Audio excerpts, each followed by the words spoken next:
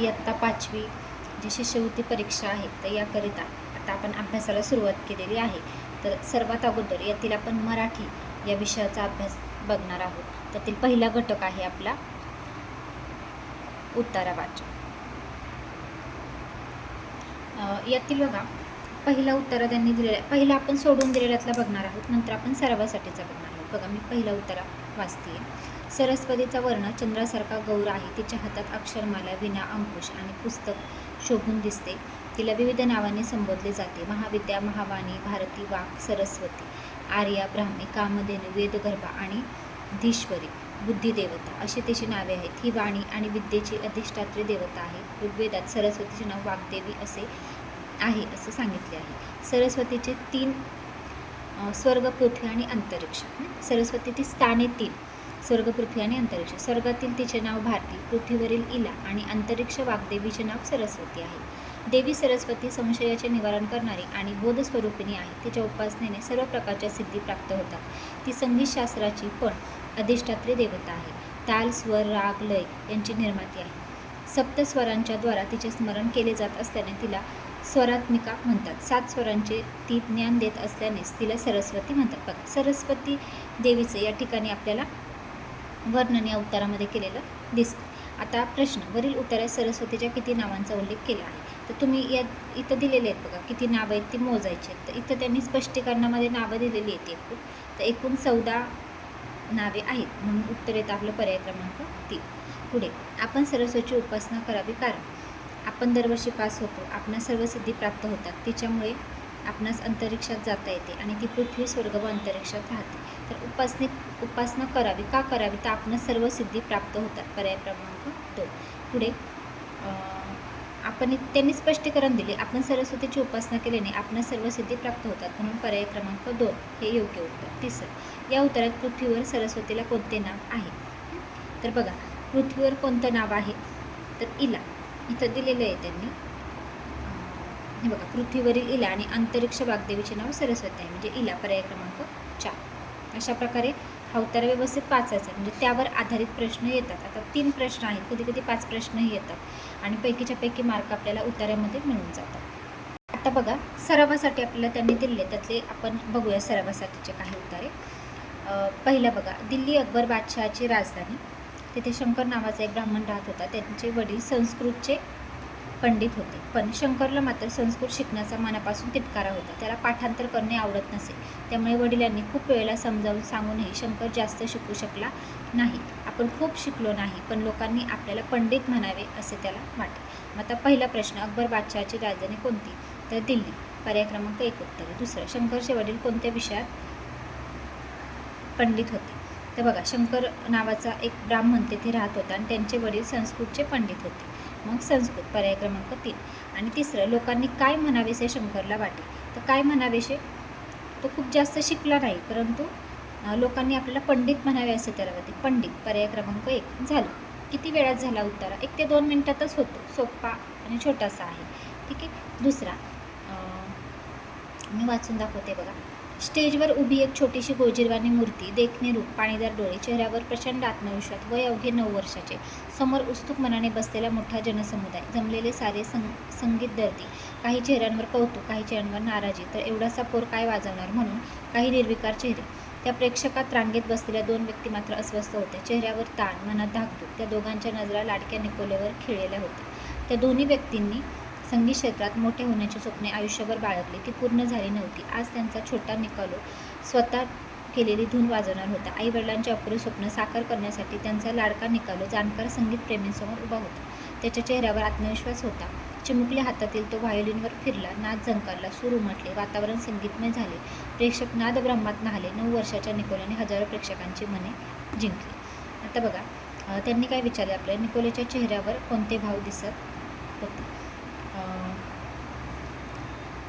बघा काही चेहऱ्यांवर कौतुक, काही चेहऱ्यांवर नाराजी. एवढासा पोर काय वाजवणार म्हणून काही निर्विकार चेहरे.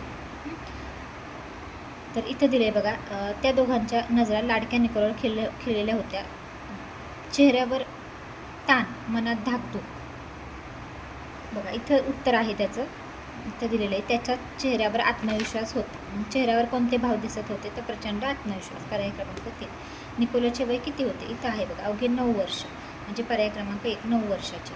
पुढे बघा, प्रश्न तिसरा दिला आहे त्यांनी, निकोले स्टेजवर उभा राहून काय करणार होता? तर स्वतः केलेली धून वाजवणार होता. पर्याय क्रमांक 4. व्यवस्थित जर उत्तरा परिच्छेद तुम्ही वाचला तर तिथेच तुम्हाला प्रश्नांची उत्तरे लगेच मिळून जातात. पुढे तिसरा घेऊ आपण, सरावासाठी दिलेले आहेत त्यांनी हे. याचा सराव करायचा व्यवस्थित, योग्य वेळात वाचून. कमी वेळामध्ये होतंय का ते तुम्हाला बघता येतं. बघा, कृष्णेचे कुटुंब भले मोठे होते, कितीतरी लहान मोठ्या नद्या तिला येऊन मिळतात. आता कृष्णा नदीचं सांगितलं याच्यामध्ये. गोदावरीप्रमाणेच कृष्णेलाही महाराष्ट्र माता म्हणता येईल. नरसोबाच्या वाडीला जात असताना गाडी नावेवर चढून आम्ही कृष्णा पार केली होती. ते कृष्णेचे दुसरे दर्शन. एका बाजूला उंच धरण आणि दुसऱ्या बाजूला दूरवर पसरलेला गाळाचा विस्तार व त्यात होणारी वांगी, काकड्या, कलिंगडे, टरबुजे यांचे अमृतमळे. कृष्णा काठाची ती वांगी ज्याने एकदा चाखली ती त्याला वारंवार खावीशी वाटतील. सतत 1-2 महिने सारखी वांगी खात राहिलो तरीही तृप्ती होणार नाही, विटेने दूरच राहील. बघा, महाराष्ट्र माता कोणत्या नदीला म्हणतात? आता कृष्णा, पर्याय क्रमांक 2. बघा, याच्यामध्ये दुसरा प्रश्न, कृष्णा नदीच्या गाळात कशाचे अमृतमळे फुलतात? तर काकड्या, टरबुजे आणि कलिंगडे. तर तिन्ही दिलेले, वांगी, काकड्या, टरबुजे आणि कलिंगड. फक्त वांगी नाही याच्यामध्ये, तर हे तिन्ही आहे. तिन्ही पर्याय असलेला बघा, पर्याय क्रमांक 2. पुढे तिसरं, पुढपैकी कोणत्या अर्थाचा वाक्यप्रचार उत्तरामध्ये आलेला नाही? मन न भरणे, कंटाळा येणे, पूर्ण करणे आणि चव घेणे. याचं उत्तर आहे बघा, पूर्ण करणे. बाकीचे अर्थाचे आलेले आहेत वाक्यप्रचार. चौथा प्रश्न, उन्हे उतरण्याला लागली, पक्षी घराकडे परतू लागले, झाडावर देखील खूपशा पक्ष्यांची घरटी होती.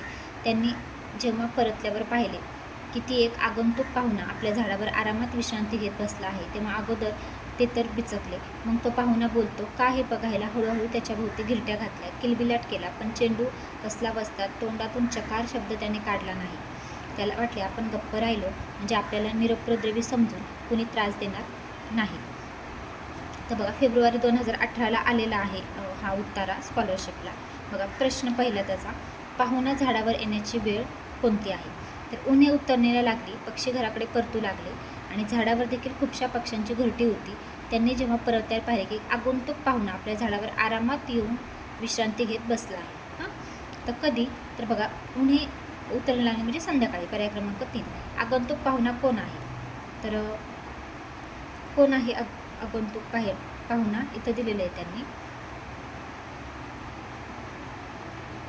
बघा, आगंतुक पाहुणा म्हणजे बघा, चेंडू आहे, चेंडू. पर्याय क्रमांक 4.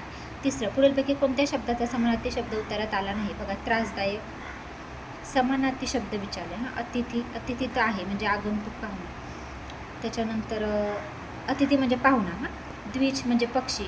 आराम आहे बघा, विश्रांती, आराम आलेला आहे. त्रासदायक आलेला नाही, म्हणजे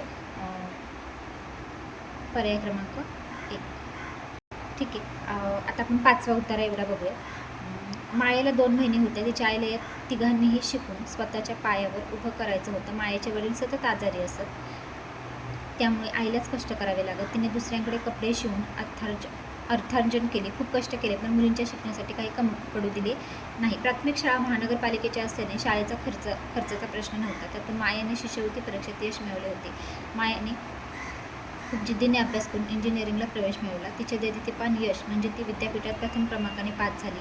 2 वर्ष नोकरी मिळून तिने पैसे जमवले. जर्मनीला जाऊन तिने पुढील शिक्षण पूर्ण केले. परदेशात गेल्यावर आईला तिला बजावले, शिक्षण पूर्ण झाल्यावर देशासाठीच काम कर. माया आणि मायेची आई यांची जिद्द वाखाणण्याजोगी आहे. आता बघा, फेब्रुवारी 19ला हा उत्तारा देखील आलेला आहे पेपर, आपल्या स्कॉलरशिपच्या पेपरला. त्यावर प्रश्न पहिला, पैसे मिळवण्यासाठी मायाच्या आईने कोणते काम केले? दुसऱ्यांचे कपडे शिवून अर्थार्जन केले. मग आता इथं आहे बघा, शिवणकाम. पर्याय क्रमांक 4. माया हुशार मुलगी होती हे पुढीलपैकी कोणत्या वाक्यावरून दिसत नाही? तिने शिष्यवृत्ती परीक्षेत यश मिळवले, दिसून येत नाही विचारले. ती विद्यापीठात प्रथम क्रमांकाने पास झाली. तिने जर्मनीला जाऊन पुढील शिक्षण पूर्ण केले आणि तिचे वडील सतत आजारी असत. ती हुशार आहे हे तिन्ही वाक्यांवरून कळतंय आपल्याला, हो का नाही? तिचे वडील आजारी असतं त्याच्यावरून नाही समजते, म्हणजे पर्याय क्रमांक 4. प्रश्न तिसरा, मायाच्या आईचे मातृभूमीवरील प्रेम कशावरून दिसून येते? तर बघा, मुलींना शिकवले, खूप कष्ट केले,